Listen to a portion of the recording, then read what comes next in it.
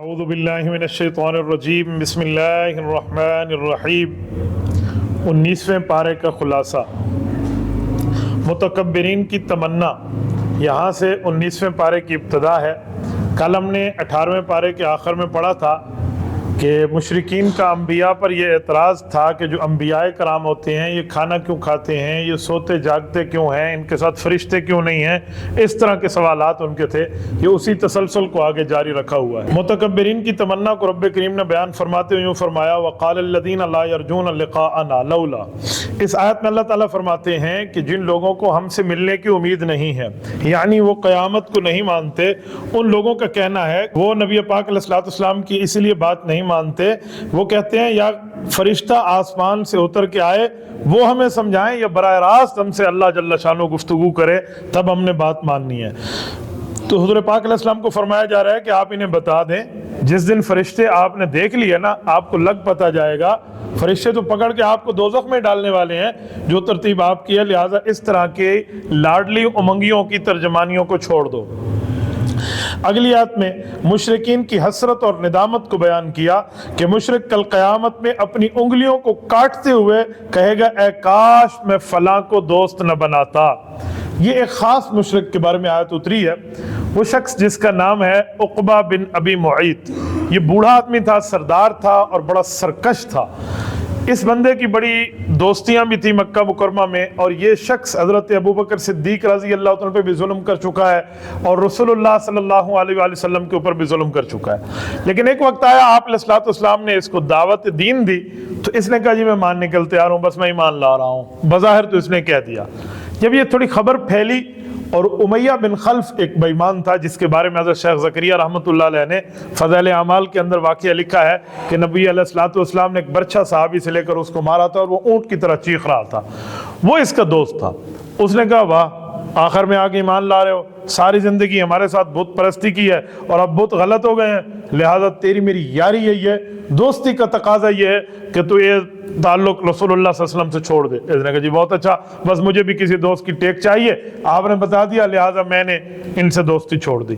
اس پر قرآن کریم کی آیت اتری کہ قیامت کے دن یہ شخص اپنی انگلیوں کو کاٹے گا، ندامت، حسرت، افسوس، کف افسوس پلتے ہوئے یہ کہے گا اے کاش میں اس فلاں کو اپنا دوست نہ بناتا اور رسول اللہ صلی اللہ علیہ وسلم کے راستے کو اپنا لیتا۔ اس کے اگلی آیت میں وقال الرسول یا ربی، اس میں نبی پاک صلی اللہ علیہ وسلم کا شکوہ اللہ کی دربار میں پیش کیا گیا ہے، اور وہ شکوہ بتایا گیا ہے کہ نبی پاک صلی اللہ علیہ وآلہ وسلم جو ہے اللہ تعالیٰ کے دربار میں ایک بات ارشاد فرمائیں گے، اور قیامت میں وہ رب کے دربار میں یوں فرمائیں گے اپنی قوم کی شکایت کرتے ہو کہ اے میرے پروردگار میری قوم نے قرآن کریم کو چھوڑ دیا تھا۔ یہاں قوم سے مراد اصل میں تو کافر قوم ہے، لیکن اس بات میں مسلمانوں کو بھی بالکل چھٹی کے انداز میں آگے بھاگ نہیں جانا چاہیے، بلکہ قرآن کریم کے لیے ہمیں پڑھنا بھی چاہیے، سمجھنا بھی چاہیے، عمل بھی کرنا چاہیے، ورنہ اس شکایت میں ہم لوگ بھی داخل ہو جائیں گے۔ اس کی اگلی آیت قدرت باری تعالیٰ الم تر الی، اس آیت کے اندر اللہ جل شانہ نے اپنی قدرت اور اپنی طاقت کا اظہار فرمایا، اور رب کریم نے فرمایا کہ دیکھو اللہ نے تمہیں سورج بھی دیا، سورج کا سایہ بھی دیا، اگر رب کریم چاہتے تو سورج کے سائے کو ایک جگہ ٹھہرا دیتے، نہ سورج کا سایہ دائیں جاتا نہ سورج کا سایہ بائیں جاتا، لیکن رب کریم نے اس کو سورج کے سائے کو سورج کے ساتھ چلایا ہے کہ سورج جب مشرق سے نکلتا ہے سایہ مغرب میں ہے، سورج جب مغرب میں پہنچتے تو سایہ مشرق میں ہوتا ہے، پھر اللہ تعالیٰ اس کو آہستہ آہستہ پوری ترتیب پہ سمیٹ لیتے ہیں۔ تو یہ رب کریم کا بہت بڑا تمہارے اوپر احسان ہے۔ اس میں اللہ تعالیٰ کی قدرت کی بات بیان فرمائی۔ کل ما اسألکم علیہ، اس آیت میں دینی امور پر اجرت لینے اور نہ دینے کی بات فرمائی۔ نبی پاک علیہ السلام نے کفار کو فرمایا کہ میں جو تمہیں دعوت دے رہا ہوں، تبلیغ کر رہا ہوں، تعلیم دے رہا ہوں، شریعت بتا رہا ہوں، اس پر میری کوئی تنخواہ تم سے مقرر نہیں ہے، یا میں نے کوئی منتھلی آپ سے نہیں لینا، یا مجھے آپ نے کوئی اجرت نہیں دینی کہ میں اس لیے آپ کی جو ہے نا یہ دینی باتیں سمجھا رہا ہوں، بلکہ الا ماشاء اللہ، اجرت تو مجھے رب دے گا، بدلہ تو مجھے رب دے گا، احسان کا معاملہ تو رب کریم کے یہاں ہے، اس نے مجھے دینا ہے، تم لوگوں سے تو میں نے کچھ بھی نہیں لینا، یہ بات فرمائی۔ لیکن یہاں ایک بات ذہن میں رکھیں، یہ کفار کو فرمایا ہے کہ تم سے اجرت میں نے کوئی نہیں لینی۔ حضور علیہ السلام نے اجرت مسلمانوں سے بھی نہیں لینی، لیکن اہل اسلام نے دل کھول کے نبی پہ خرچ کیا ہے۔ اہل اسلام نے دل کھول کے اتنا خرچ کیا ہے کہ نبی پاک علیہ السلام نے اعلان نبوت سے پہلے تجارت فرمائی ہے، اعلان نبوت کے بعد حضور نے تجارت فرمانے کے لیے کبھی بازار کا سفر نہیں فرمایا، کبھی کسی جگہ حضور تشریف نہیں لے گئے۔ کیوں؟ گھر میں حضرت خدیجہ نے اور باہر میں حضرت ابو بکر نے اپنے مالوں کے دروازے رسول اللہ پر کھول دیے تھے۔ ان لوگوں نے نبوت پر دل کھول کے، ان سمیت کئی صحابہ نے خرچ کیا ہے۔ میری بات کا مطلب یہ ہے کہ نبی پر خرچ کرنا یہ اجرت نہیں ہے، بلکہ اپنے نامہ اعمال کو سفید کرنا ہے۔ سیاہ نامہ اعمال بندے کا ختم ہوگا، سفید نامہ اعمال ہوگا کہ وہ سب سے افضل پیسہ ہے اس دھرتی پہ جو وقت کے نبی پہ خرچ ہو جائے۔ وقت کے نبی پہ خرچ ہونا اس دھرتی کی افضل ترین پیسوں میں ایک پیسہ ہے۔ اور علماء نے یہ بات بھی لکھی ہے کہ جب نبوت نہیں ہے تو پھر نبوت کے ورثاء ہیں۔ مثلا حافظ قرآن حفظ میں نبی کا وارث ہے، قاری قرآن قرات میں نبی کا وارث ہے، اسی طرح عالم قرآن علم میں نبی کا وارث ہے، اسی طرح مفتی شریعت کے افتاء میں نبی کا وارث ہے، محدث حدیث میں نبی کا وارث ہے، مفسر تفسیر میں نبی کا وارث ہے، اور فقیہ فقہ اور سمجھ میں نبی کا وارث ہے۔ تو ان ورثاء پہ خرچ کرنا یہ نبوت پہ خرچ کرنے کے مترادف ہے، اسی لیے افضل مال یہی ہے۔ اس کے آگے وعباد الرحمن الذین یمشون علی الارض ہونا، یہاں 12 صفات ذکر فرمائی ہیں کہ جو اللہ کے قریبی بندے ہیں، اللہ جل شانہ کے ساتھ، اللہ رب العزت کے ساتھ وفا کرنے والے ہیں، رب کی احکامات کو ماننے والے ہیں، ان لوگوں کی بڑی صفات ہیں۔ اور اس سے امت مسلمہ کو سبق حاصل کرنا چاہیے کہ ہم بھی عباد الرحمن میں اپنا نام شامل کروا لیں۔ اچھا وہ لوگ کون بندے ہیں؟ رب کریم نے سب کے صفات کو ذکر فرمایا۔ زمین پر عاجزی میں چلتے ہیں، تکبر نہیں کرتے، جاہل ان سے کوئی بات کرے تو سلام کہہ کر ہٹ جاتے ہیں، رات کو رکوع کرتے ہیں، سجدہ کرتے ہیں، یعنی تہجد کا اہتمام کرتے ہیں، جہنم کے عذاب سے بچنے کے لیے رب کی دعا مانگتے ہیں، میانہ روی اختیار کرتے ہیں، فضول خرچ نہیں کرتے، بخل سے کام نہیں لیتے، اللہ کے ساتھ کسی کو شریک نہیں کرتے، ناحق قتل نہیں کرتے، زنا نہیں کرتے، جھوٹی گواہی نہیں دیتے، گناہ کی جگہ سے گزر جاتے ہیں وہاں کھڑے نہیں ہوتے، قرآن کریم کو سمجھتے بھی ہیں، قرآن کریم پہ عمل بھی کرتے ہیں، اور دعا مانگتے ہیں اللہ ہمارے اہل و عیال کی آنکھوں کو ٹھنڈک کا ذریعہ ہمارے لیے بنا دے، ہمیں متقین کا امام بنا دے۔ یہ وہ صفات ہیں جو عباد الرحمن اللہ نے فرمایا میرے بندوں کی ہیں، لہٰذا ان صفات کو اللہ تعالی ہمیں اپنانے کی توفیق عطا فرمائے۔ اگلی آیات میں عباد الرحمن کے اوصاف اپنانے کا نتیجہ کہ جب بندہ یہ کام کرے گا تو رب کریم کے یہاں سے ہمیں کیا اجر ملے گا، وہ اللہ جل شانہ فرماتے ہیں اولئک کی آیت میں فرمایا عباد الرحمن کے اوصاف کا نتیجہ یہ ہے کہ جنت میں ان کو بلڈنگز ملیں گی، بالا خانے ملیں گے، جنت میں ان کے باقاعدہ گھر بنے ہوئے ہیں، اور وہ گھر کالونیاں ٹاؤن شپ ان کے لیے اللہ تعالیٰ ان کو عطا فرمائیں گے، اور بنے بنائے گھر، اس میں ان کے سرونٹ، ان کے نوکر، ان کی خدمت گزار، ان کی 70,000 بیویاں جنہیں حوریں کہتے ہیں کہ اگر وہ پانی پیئیں تو اتنی خوبصورتی میں ان کی گردن سے پانی گزرتے ہوئے نظر آئے، نہ ان میں کوئی بدبو ہو، نہ ان میں کوئی لڑائی ہو، نہ ان میں کوئی غصہ ہو، نہ ان میں کوئی منہ بنانا ہو، نہ ان میں کوئی نافرمانی ہو، نہ ان میں خاوند کا دل دکھانا ہو، نہ خاوند کو ٹینشن دینا ہو۔ یہ ساری چیزوں سے ہٹ کے اللہ تعالیٰ جنت کی ان کو حوریں عطا فرمائیں گے، اور یہ معاملہ ان لوگوں کا ہے یہ جو ان 12 صفات کو اپنانے والے ہیں اور اللہ تعالیٰ کی فرما برداری کرنے والے ہیں۔ اللہم اجعلنا منہم۔ اس کے آگے سورۃ الشعراء ہے، اس کو شعراء شاعر کی جمع ہے۔ اب شعراء کیوں کہتے ہیں؟ اس سورت کے آخر میں شعراء کا ذکر ہے، وہ میں انشاءاللہ آپ کی خدمت میں رکھوں گا۔